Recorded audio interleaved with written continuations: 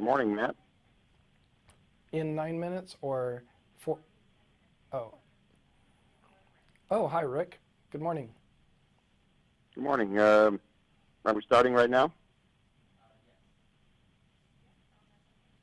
Yes. We good? Yes. Good morning, Matt, and thanks for joining me today. And there's a lot going on with Global Accessibility Awareness Day, which is, I think, growing in importance as technology becomes a bigger part of our lives. And just kind of take us through your story real quick for people that don't know you. Well, I am working at Facebook as an engineer on helping making it possible for people with disabilities to use all of Facebook's products. And I got into this field. I was born legally blind, and during my college years, I lost the rest of the sight that I had. I was studying electrical engineering, and naturally, I was pretty curious about the technology that could help me both do my schoolwork and eventually a job. So over the years, I learned more and more about that kind of technology, worked on it, and I eventually decided, this is something that I want to do for the rest of my life, is help other people be able to work independently, live independently by giving them the technology that they need to do that. And that's how I got into the field of accessibility. Yeah, and also your background, sports background as well, three-time Paralympian and a record-breaking tandem cyclist.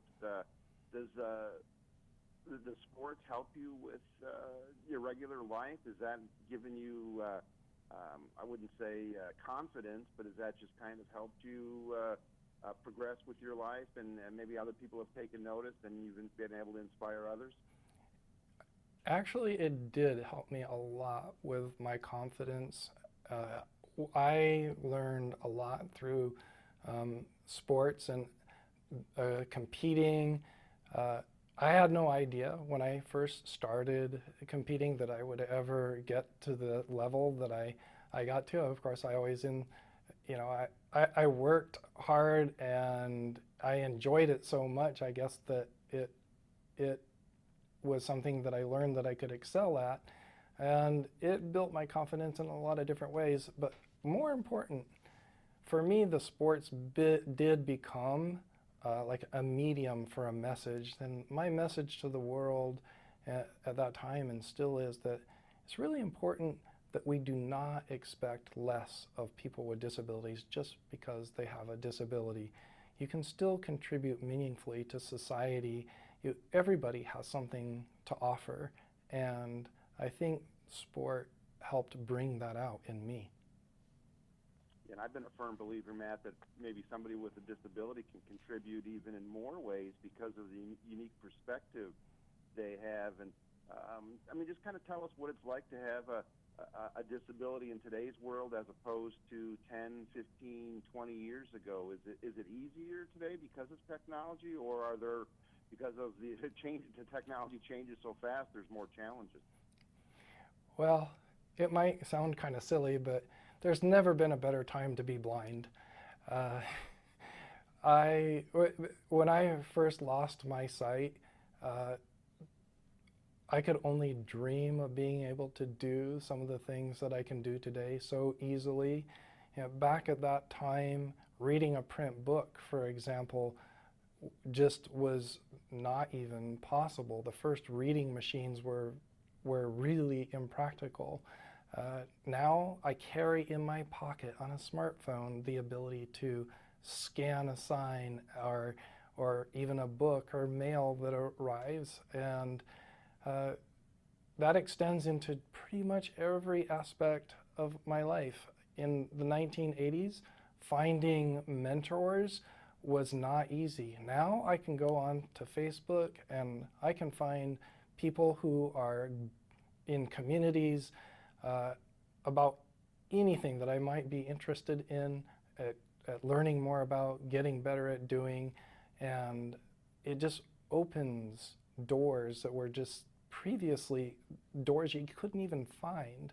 So it's sort of a dream world. If you're going to be blind or have some other kind of disability, it's a good time. or social media has brought so many people with similar ideas, or like you said, with their particular disabilities, whatever they may be. It's brought them closer together. And I know you've been working hard on with the goal of making technology accessible to all people. That's kind of what this day is all about. And kind of take us a little bit. There's some misconceptions, or people have questions about AI, artificial intelligence. What is the work being done with that to assist people as well? People of all walks of life. Yeah, some people are a little hesitant about those things. They find them a little bit scary, but in reality, there is a lot of good that we can do with artificial intelligence. For example, on Facebook, we're using it to describe what is in photos. And as you know, a lot of the content on Facebook and other social media platforms is really visual. It's a very natural form of communication. And when you can hear, instead of just hearing, Matt's photo, but instead hear something like 3 people smiling, sitting, indoors, eating, that makes an experience that is a whole lot richer than having absolutely no information about what's in that photo. Sure. And what's maybe a few words you can give to younger people, kids with disabilities, Matt, that are maybe just kind of discovering technology and what Facebook can do and the like? What do you say to them when they come up to you with questions? I say keep an open mind first about yourself and what you can do. Assume that whatever you dream is possible. That's the most important thing. Have a vision for your life. Discover the world, and find other people who do the kinds of things that you're interested in doing. And you can use technology to help you find those people and learn skills. Always be learning. Yeah, the world has become smaller in many ways, and people have become closer, which I think is a great thing. So, Matt, keep up the good work. Keep inspiring people. Great talking to you, and we look forward to see what's next. Thank you very much, Rick. I appreciate the time you're taking to help everybody understand how important it is for us to build a world that's inclusive. No, appreciate you and what you do, and like I said, keep up the good work, and we'll talk soon. Thank you.